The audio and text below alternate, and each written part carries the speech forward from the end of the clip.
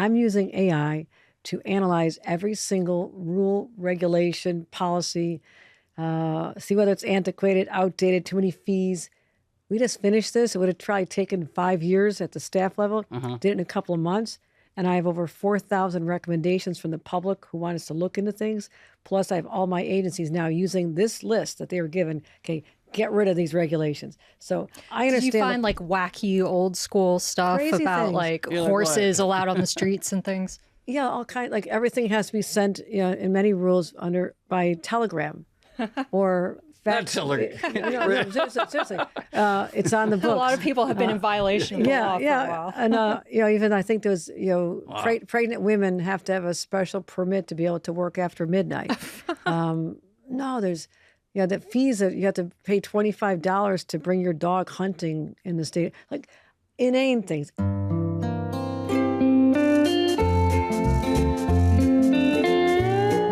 Hello and welcome to another episode of the Odd Lots podcast. I'm Joe Weisenthal. And I'm Tracy Alloway.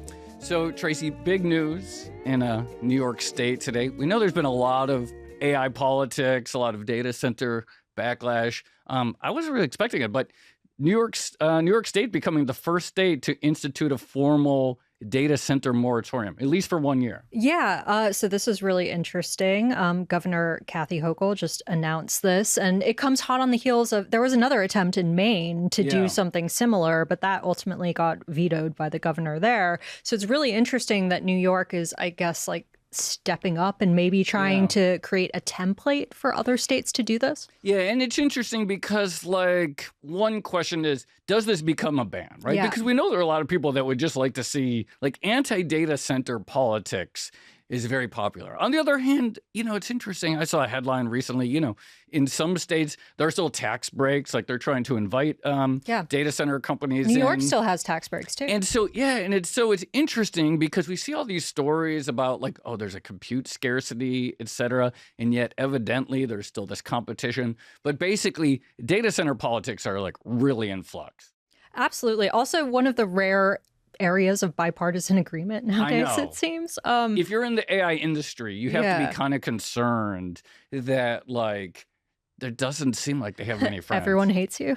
Yeah, I mean, the ratings are negative. But anyway, of course, data center politics gets into so many other things, the anxiety about job loss, energy policy, water policy, et cetera. And it's sort of this litmus test, I guess, because, like, no one really knows.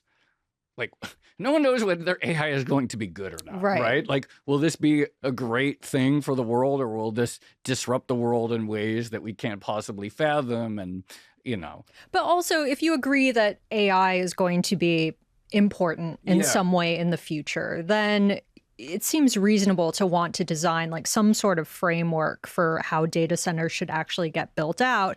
I imagine different states, different cities, different municipalities will have different ideas for exactly how to do that.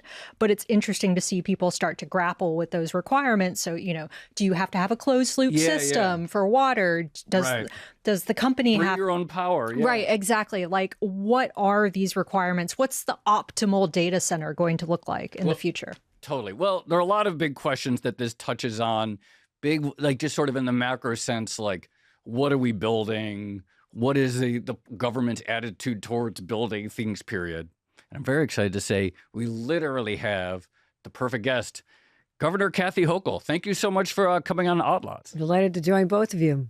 All right, so the big news came out this morning, a 1-year moratorium on big new data centers in New York State. Why now? What was the catalyst for this particular decision today? Well, there's been really what I call flood the zone. There's been a lot of companies that may have been contemplating putting in plans for data centers, massive data centers around the country, but all of a sudden it seemed like there's been a surge. And I have to respond to that. My main challenge is in the state of New York, making sure we keep the lights on and making sure that people can afford to keep the lights on. And so the challenges that I have to deal with in this environment where everything we want to do for clean energy, renewable energy, or my all-the-above approach are under attack from Washington. So I have to make sure I'm managing our resources. So when you have a huge company that wants to come in, even on the somewhat smaller side, 50 megawatts of power required, that's 50,000 homes. that all of a sudden are competing with that consumption of energy. So on that front, it was important to me, but also I've been studying this around the country. A lot of communities are deriving substantial benefits from these companies, and they're willing to pay for it. Yeah. But I realize I used to represent a very rural area of upstate New York in Congress. These communities do not have the sophistication. They don't have the planning staff, the staff that would know to say, we wanted you to give $1 million per megawatt. We want you to make sure that you're investing in the grid, all these other things they could be doing, but they're not being asked. And I think the companies are willing to do that. So I want to make sure that we take the time to have a community investment framework to give to localities. But also, you have to be able to power yourselves. You want to come in. I said this in my State of the State back in January. I launched the Public Service Commission to start this process. Mm-hmm. They'll be done within this year of the moratorium, so we can have certainty for businesses. But you either bring your own power source, or you have to pay a premium to use our grid. And those are the basic foundations of what we're doing with this moratorium. It is not a ban. It is simply saying, step back, take a breath, and get it right. Businesses want that knowledge of what the rules of the road are. We've actually had some interesting tweets from the builders of these facilities who are now saying, hey, just tell us the rules. Tell us the regulations. We're okay with that. And that's exactly what we're doing. But it also responds to a lot of frustration from these communities, from people who don't think that they're paying their fair share, or that they're just coming in and just start forcing themselves in. And that's really annoying to people. It's just, they've had enough. Americans have had enough. So this is the U.S.'s first statewide moratorium on data centers, which means inevitably this is going to be seen as a test case or an experiment. When you think about this, what exactly is it you're trying to, I guess, prove or disprove or achieve? Like, what are you looking for here? What should the outcome of the moratorium actually be? Very specific goals. My Public Service Commission will take this year to devise a plan where we figure out how to make sure that they bring their own power or that they're substantially contributing to the grid. Secondly, I want them to contribute. This takes time for government to get this right. I'm establishing a larger grid resiliency fund. I want them to make major contributions so I can invest in the energy grid, the transmission lines, and everything else that has been ignored for so long. That's one of the reasons why our energy infrastructure is crippled. The investments were not made. So you're going to contribute to the locality. You're going to contribute to bring your own power, and also this larger dynamic. So that's what we're looking for. Those are very specific. I have agencies all working on them now. I have about 7 or 8 agencies dedicated to this. I'll put the person power behind this, and we will be a template for doing it right. Right. We know in some instances, I think I've seen headlines like in Louisiana, for example, the big Meta data center. It's like there's going to be, payments to teachers in the area. The idea, I suppose, is, okay, any place that's open for data center business, let's make sure that we get these, the same agreements that are being put in place elsewhere to benefit the community. How should we, moratoria can become bans, right? Something is like, we're going to put this in place for 1 year, and then it's 2 years. We're still working out the rules of the road. Then it's 5 years, and then you never have them.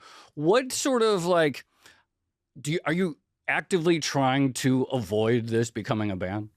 I'm not expecting the need for a ban. I want them to work with us. No, I understand how important AI is. Okay. I mean, we are in a revolution. The winds of change are coming in at hurricane force, and it's disruptive, but it also can be very positive.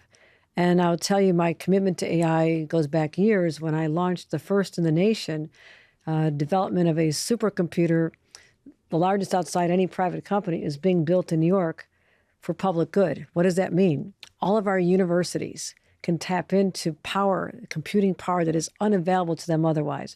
We are innovating new therapies in cancer, working on it right now up in Buffalo. We are also trying to solve some of other society's other problems, and even weather forecasting. I mean, you would not believe the disasters I have to deal with as governor, heat waves, blizzards, floods, storms. And so there's all kinds of positive ways we can use AI. And I'll tell you what I just launched, and I'm very excited about this. I'm using AI to analyze every single rule, regulation, policy, see whether it's antiquated, outdated, too many fees. We just finished this. It would have probably taken 5 years at the staff level. Did it in a couple of months. And I have over 4,000 recommendations from the public who want us to look into things. Plus, I have all my agencies now using this list that they were given. Okay, get rid of these regulations. So I understand. Do you find like wacky old school stuff Crazy about things. like You're like, horses what? allowed on the streets and things? Yeah, all kind, like everything has to be sent, in many rules by telegram or fax. Telegram. No, seriously. It's on the books. A lot of people have been in violation of the law for a while. And even I think there's pregnant women have to have a special permit to be able to work after midnight. No, there's the fees that you have to pay $25 to bring your dog hunting in the state, like inane things. We literally. And these were things that you like basically put the New York State legal code base into AI and said, find the crazy stuff. Dump it in. And my team was like, you sure? And I said, no, we're going to do this. I want to rethink government. I want a government that's not on your back, but on your side. And using AI has been powerful to do that. And I think every level of government should use this.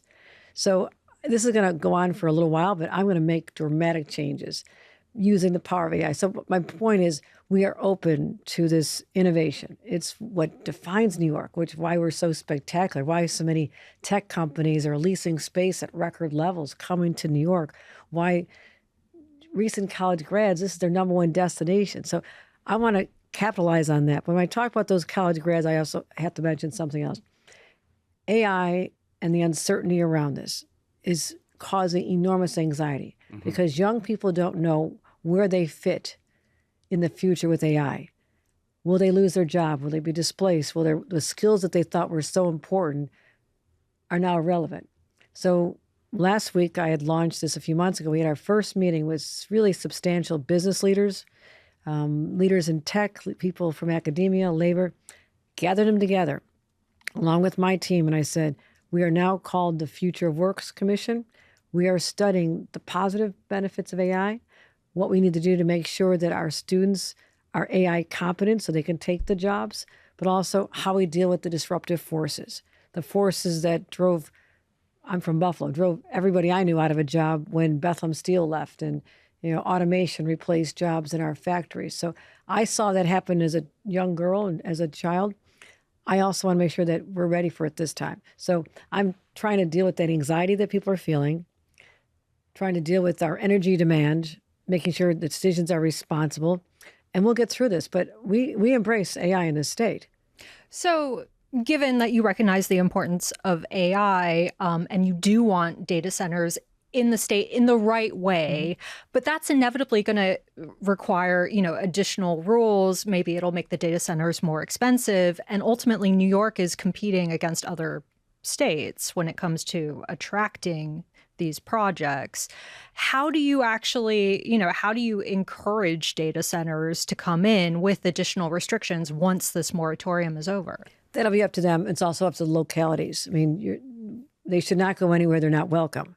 I spent 14 years in local government, and I believe that the localities should be the deciders whether they want this. But let me tell you the larger picture. Whether they come here or not is up to them. What I'm spending my energy on is focusing on the large, massive producers of the elements for this to support AI. What am I talking about? Semiconductors. Just less than a week ago, I was with the CEO of Micron, one of my proudest accomplishments was landing Micron to come to New York, not another state where they're looking seriously. $100 billion of investment, largest private sector investment in American history. They will be creating 10,000 direct and 40,000 indirect jobs. Now, I will say, I will work with you to get the power you need. And I've structured arrangements with the New York Power Authority. And they're also helping me with my effort to bring more nuclear to New York. We're waiting for the Trump administration to hopefully greenlight us on my massive expansion of nuclear that I want to do. I want to build more nuclear in New York than the entire country has in 30 years. That's how ambitious I am about powering our future of innovation. But if I have to choose between powering a largely vacant data center with the same amount of power I can have a Micron with 1,000 jobs, I can tell you right now where I'm going. So they can come under the conditions we lay out, but I'm also going to be investing a lot of my energy on the good paying jobs that'll be there for the long term. when we talk about AI labor market disruption, like everyone's anxious about this right now, all across the economy, and we're like waiting, right? Like we don't really know what's going to happen to work. However, there's one area with AI specifically where we know that there's like where we can already see the rubber hitting the road quite literally, and that is in driverless cars, which is AI. And we know that like Waymo had a trial here in New York State, and then New York put a pause on it. And of course, there's going to be human drivers interrupted. Can you tell us about why Waymo couldn't move forward and what that says about your office's framework for managing this disruption? I will say I'm very interested in Waymo. I've been in the vehicles. They're amazing, They're right? fun. Yeah, they're fun. But this is where I want to get ahead of this. Before we have these disruptive effects, what is the alternative for the people who now are the ones we're counting on to drive us in person? You have to have a plan B. This is what we did not have with the Industrial Revolution and all these other, the automation revolution. That's why so many people were so discouraged when they lost their jobs, whether it's overseas or, as I said, automation, because government didn't step in and work with industry and prepare people for this. That's what I'm trying to do. If the people that are currently driving vehicles, are they able to, get some basic AI competency program that we put forward, and they might get a job that pays even more. Let's make there be a positive impact to this. So that's the strategy I'm using. What is the alternative for people? How do we manage this? How can we get this to all work out? And so I just want to be thoughtful about it. Again, coming from the world I come from, where my hometown was basically a ghost town when all the businesses left, going out of business, last one here, turn out the lights. That's the world I grew up in. And I'm so hardwired to protect the people of this state and these young people. And I gathered 10 of them in my office the other day. I invited people who had lost their jobs. Literally, the boss had said, "You're losing your job because of AI." Now, some of them had been studying computer science, coding. They did everything we told them to do their entire lives. Like, I can't tell you how many young people I've said, go into STEM, you'll have a job forever. Yeah. And those people, and especially women, are in the jobs that are most vulnerable. I cannot have this disruption without saying we did everything we could to mitigate it. But just going back to the Waymo thing, for example, because I do think it's instructive about what's going to come for a lot of different industries. Like the number of people who would theoretically be a passenger in any car is far larger than the number of people who drive cars professionally. And you mentioned the Industrial Revolution, et cetera, and extraordinarily wrenching, but most people would say we came out on the other side as a richer, more advanced society. And so, like, I'm curious, like, how do you balance the interests of all the people who aren't drivers that would like a clean ride, that would like a safe ride, that would like a modern ride, a ride that potentially could reduce congestion, which I know is a thing you care about. And historically, it's like there are costs, but then you come out on the other side better. Here's like, what I want to how do we get over that? You're absolutely right, but you're looking at the societal costs as being greater at the end. I'm looking at the collateral damage of the people before it gets there. I'm the first governor to say, I grew up in a world where no one cared about the people and the displacement and why a lot of people had to leave the state because their jobs were gone, lost to foreign compound, lost to automation. I'm just trying to fight to not let that happen. I have to help them reimagine life without the current job they have, whether it's the people that are driving vehicles or whether it's the young students who did everything we asked them to do. They got a good degree. They went to college. They're trying to build a life. And now they're told, well, we don't need any more paralegals anymore. We don't need people to do back office. We don't need administrative jobs. You're gone. I can't let that happen without saying, but here's how we can get you a better future. Here's how I can put you on a path. So then we can try to dial back some of this anxiety and fear of AI. Because I can't have companies be successful, but they can be successful, but leave everybody else behind. That's not how we do things in New York. We lift everybody up. Should tech companies have to contribute directly to, I guess, managing the labor market disruption? So, for instance, paying higher taxes to fund reskilling programs or things like that? They should be involved. I have a hostility toward raising taxes in New York. I've shown that I'm going to stand firm because I happen to embrace people that are successful in businesses here in New York because they're the ones who are creating the jobs. They are the ones who are already driving the tax revenues that allow us to have, universal child care and invest more in housing and to deal with this energy challenge we're facing. So I want to make sure that we're smart on that front. So, there's a lot of ways to look at it. And I have to make sure that, again, New York is always looked at as a leader. I'm very cognizant of the fact that what I do will have a ripple effect. But that's why everything we do is so thoughtful. I did not wake up one day and say we should do this. I talked to industry experts. Can you manage this? Are you going to be able to get through this? And what they're telling me is just tell us the rules. So technology companies have a role to play. And if they want to be supportive of the entire workforce, help us retrain people. Let me just tell you, I mentioned Micron before. Micron, when I was trying to recruit them, said they needed 9,000 engineers and tens of thousands of people in the construction trades. And I said, I'll get that done for you, I promise. So what working with Micron and our teachers, our teachers unions, we've now changed the curriculum in the 9 counties surrounding Micron to teach them basic skills that they would use if they were hired by Micron. Now, this is like a 30-year proposition. Kids in kindergarten may not take a job there till they're 25 or 30. This is what industry can do to make us more competitive internationally, but I don't have to tax them to do it. You should be part of a consortium with me. And I also said this morning. The companies that innovated this revolution, which is changing how we communicate, how we work, how we think, how we live, AI revolution, have to have the capacity to be able to help us figure out the reasons why we have to have this moratorium. Use your expertise, your talent, use AI to help us figure out how to deal with less energy consumption, less water consumption, the less noise disruption. Why can't you solve for that? And the whole dynamic will change around this. So I'm challenging them to do that. The energy component obviously has to get right. We recently had a pretty awful heat wave in New York. And one of the sort of, I think, depressing things about, New York and the modern era is that when the temperature spiked, we actually had to turn on some of the sort of spare fossil fuel, like oil generated plants, et cetera. I know you talked about nuclear. I know you talked about this could be one area in which you actually do have alignment with the administration in DC. Why isn't restarting Indian Point, which the owner of that facility says it's still technically doable, part of the nuclear roadmap? It has been decommissioned. Yeah, they say it's technically still okay, because they've already been removing all the radioactive materials, and are they bringing them back?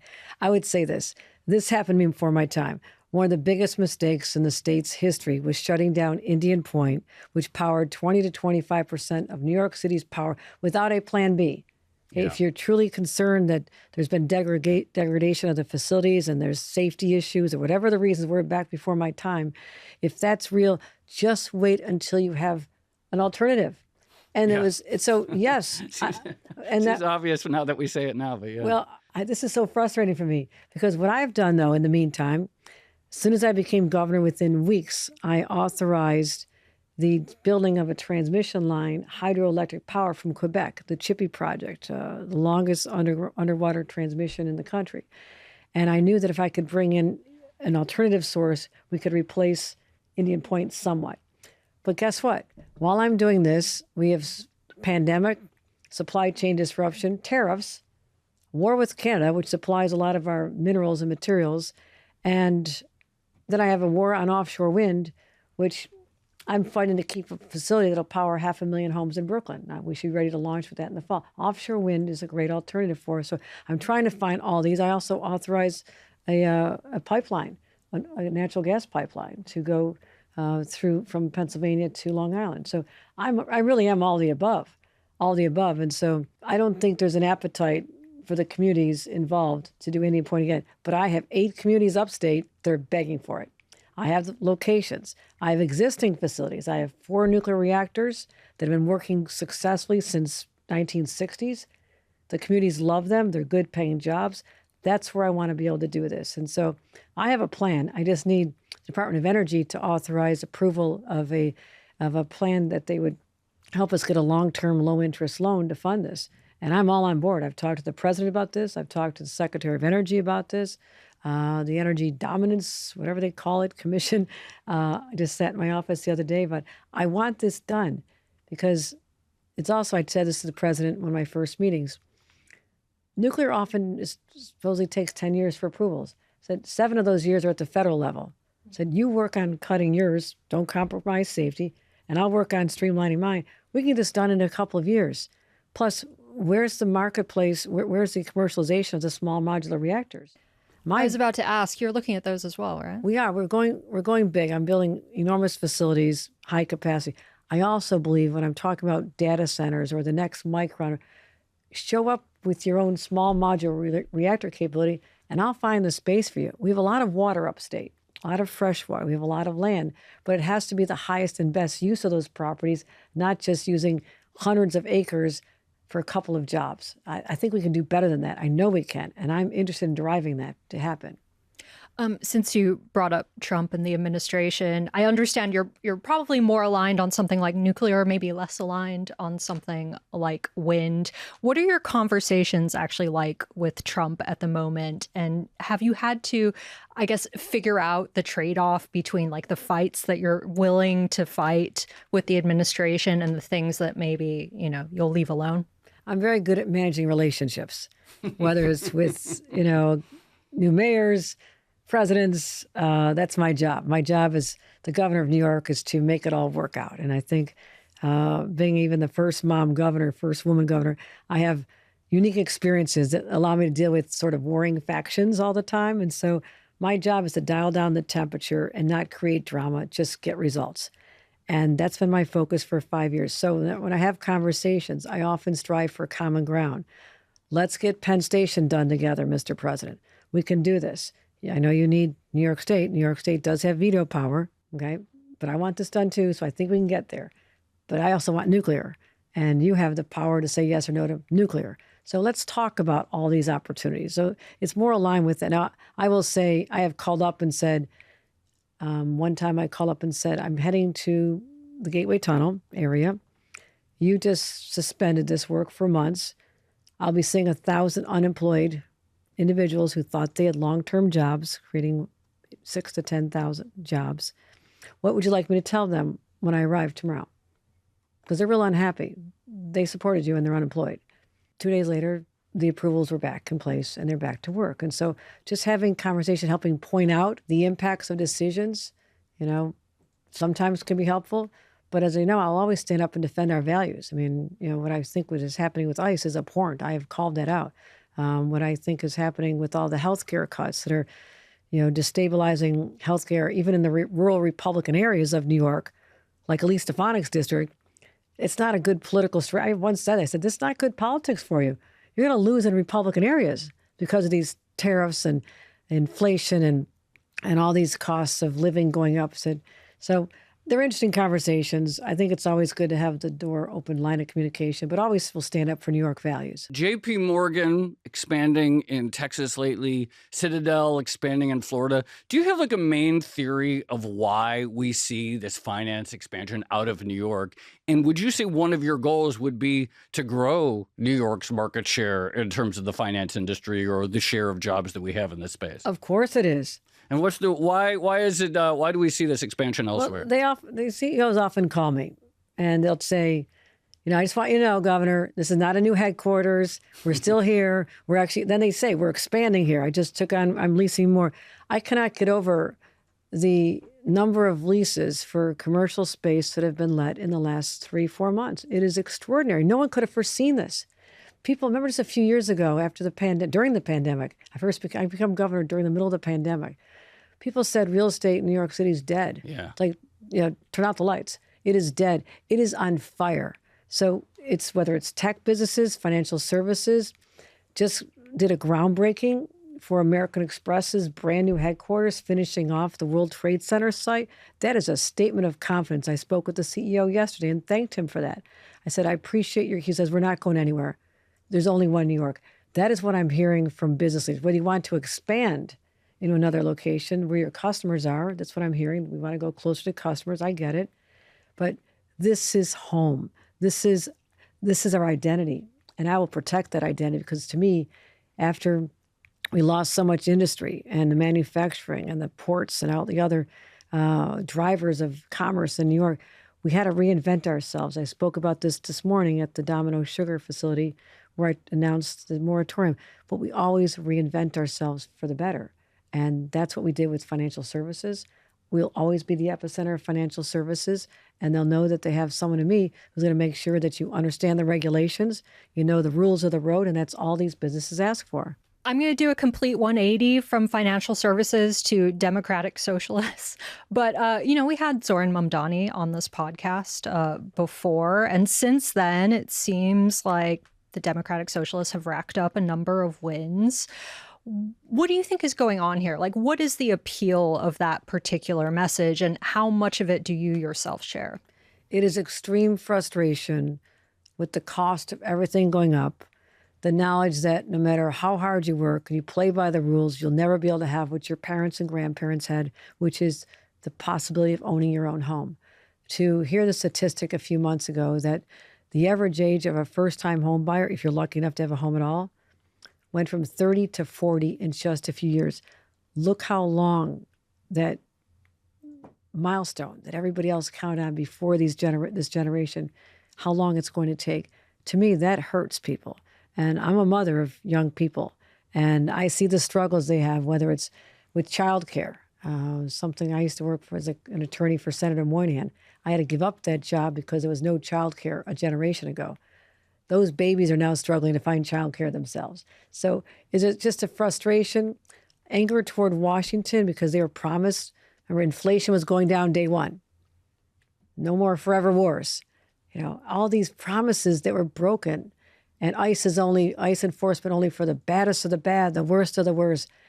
I think they're just feeling so disaffected that they're angry at everything right now, and who can blame them? And again, we talked about AI. I'm doing all this and I'm going to lose my job to AI. So we just have to let them know we hear them, number one. Your message has been delivered. We get it. We also share the concerns. And know that there's people like myself out there saying, I'm going to do $1 billion energy rebate to help pay utility bills. I'm changing all the red tape that is holding back the building of housing, because the reason you cannot afford your rent or ever own a home is because we didn't have the ambition to build more housing. We got hung up with laws like seeker law. It's a 1975 environmental law, which had its place at the time. At a time when I lived near Lake Erie, the pollution was rampant and people weren't protecting the environment and industries were irresponsible. Smokestacks everywhere. The sky was orange. I thought the sky was supposed to be orange when I was a kid. So I come out of that world. But fast forward to the world where they just feel like no one's paying attention to them. And when we start ignoring these cries for help, you get a change. You get people just demanding change. So here's what I want to do. Change the policies, build more housing. The seeker law outlived its usefulness. I just got that through the legislature, and people said it was called dead on arrival, even the last couple of days of session and until the budget was done. And I said, I'm not leaving town until I get this. I'm very aggressive when I have my priorities to drive down costs in New York, whether it's auto insurance. I took on the trial lawyers, won on that front. So the larger answer to your question is I'm focused on all these areas to drive down the cost of living, housing being probably the top of the list. But also, let's harness that energy. My whole life, we've been asking young people to show up and vote in higher numbers. And I was a little kid during the Vietnam War when people said, why do you have to be 21 to be able to vote? These young people are dying and shedding blood on battlefields far, far away, and they can't even vote for the leaders who sent them there. So when it changed to 18, we thought there'd be a revolution at the time of young people just so engaged, and it took until now. And I think it's just the enormous pressure with Washington, their lives feeling frustrated, and being denied the American dream. And leaders like myself are doing everything we can to change that dynamic. We have to. I'd love to have you back sometime just to talk 3 hours about housing, because it does feel like the issue that it could explain expansion into other cities by these big companies, et cetera. There's a million angles on housing. One specific thing in the housing is, from everything I understand, property taxes on a lot of multifamily buildings end up being higher implicitly than single-family owner-occupied homes. And so it's like, if you really want to build housing at scale and you need to fund government, you need to have property taxes, we are sort of like penalizing the lever that could expand sort of units the most. Should we revisit the core property tax system in New York so that we don't put such a favorable rate on the sort of traditional single family occupancy? I think it's more indicative of what's going on here in New York City. Okay. Statewide property taxes have been too high, but there's not a disparity in that treatment that you're describing. Yeah. So that is something that the city council would have to deal with specifically. But the larger question is, I just go back to supply. I think that we just, you look across in New Jersey, you can see the houses they built on their waterfront, and we did not. And the NIMBYism, not just from communities out on Long Island or in Westchester, some of them, it is right here in the city. And the opposition I heard from so many city council members who you'd consider very left, very progressive, who was like, no, we don't want that. We don't want to have office conversions. I mean, this was a big deal. I wanted to be able to convert empty office space into housing, especially during the pandemic when we had a lot of empty office space. Even raising the height requirements for buildings and doing more expansive thinking. I ran into so many roadblocks. I had a project that was going to be home ownership for 900 people, for low-income individuals to be able to own their own home in one part of this great city. And the legislator said, no, we don't want people like that coming in this progressive city. So that's what I'm up against. And I'm still trying to break it all down. I'm just trying to fight back because the collateral damage is the people who are just want to be here so desperately. The young people came here with that dream of you can make it in New York. The best city in the world. It still is, always will be, always, full stop. But they get tired of living with 5 other people in a small apartment. At some point, they want to expand out. They want to have their own family. And that is exactly what we have to do. I'm listening to those people. I'm breaking down barriers. I'd love to come back because I have a huge platform on housing, what I've done already, what I have to do next. And it's a huge task. That and energy keep me up at night, but I'm going to dealing with both now. All right, Governor Hochul, thank you so much for coming on Odd Lots. We'll immediately start coordinating with your people about our deep dive on housing. 3-hour housing and I would actually enjoy that. That's great. I hope you enjoyed this too. No, it's great. No. We would definitely enjoy that. Thank you so much for coming on Odd Lots. Thanks for having me. Thanks. Well, that was a lot of fun talking to the governor. Yeah. I'm looking forward to our 3-hour version of the 3-hour housing policy. Yeah. Yeah, I think we should do it. Absolutely. No, that was fascinating. Look, like whatever you think about the specific move, it seems like it could be the first of many, right? Totally. Well, it definitely seems like it could be the first of many. I think there are 2 ways to look at it. I mean, I think you could say that's New York State saying no to something again, right? New York, the perception, including many people in New York, but I think it's like, oh, it's a bad place to build. It's a bad place to start a business. You want to go to the Sun Belt, et cetera. So there's the one view. It's like, this is just another in a long line of things where like the New York is not, embracing the future, embracing economic activity or embracing business. The other possibility is that data centers could actually be very good. They could incentivize, companies to add to the grid. We've had episodes, in theory, they can reduce ratepayer costs because this is yet another company to bring down the cost of that capital expenditure, gets distributed, et cetera. So the question is like, could in 1 year something that on the surface like, oh, this could become a ban if it just is how government works, or in this year, could they find a model where data centers are clearly something that if you get the economics right, a community wants to embrace? Yeah, absolutely. And I think that's what the 1-year moratorium is trying to figure out, right?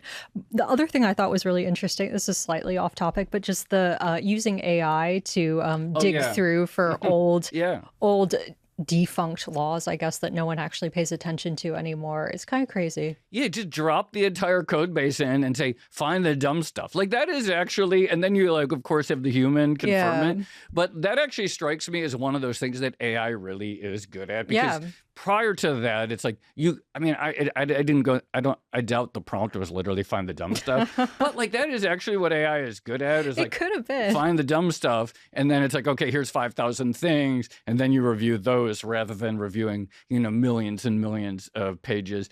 I do think the Waymo thing is very instructive as a thing to watch. Because here is an Waymo is AI, right? Yeah. And right now the impulse is, I get why politicians have the impulse. A lot of people have the impulse. It's like we have to, make sure that the displaced have an opportunity to go. But on the other hand, most people aren't drivers. I think a lot of people I think the evidence seems pretty strong that driverless cars are in fact very safe. We know that road safety and congestion are also very big deals. We didn't even get into the congestion tax, but these are like big things. So it's like, at what point, how does the government make unpopular decisions that it's like, okay, there are clear benefits here, but they are going to fall disproportionately on one small group. This comes up over and over again. This is the Jones Act. politics, This is isn't the it? Jones Act phenomenon, which is like how many people have Jones Act jobs and how many people it's immovable. And so I do think like how this resolves, if ever, is kind of like an instructive early warning about like how AI politics will actually go down. All right, shall we leave it there? Let's leave it there.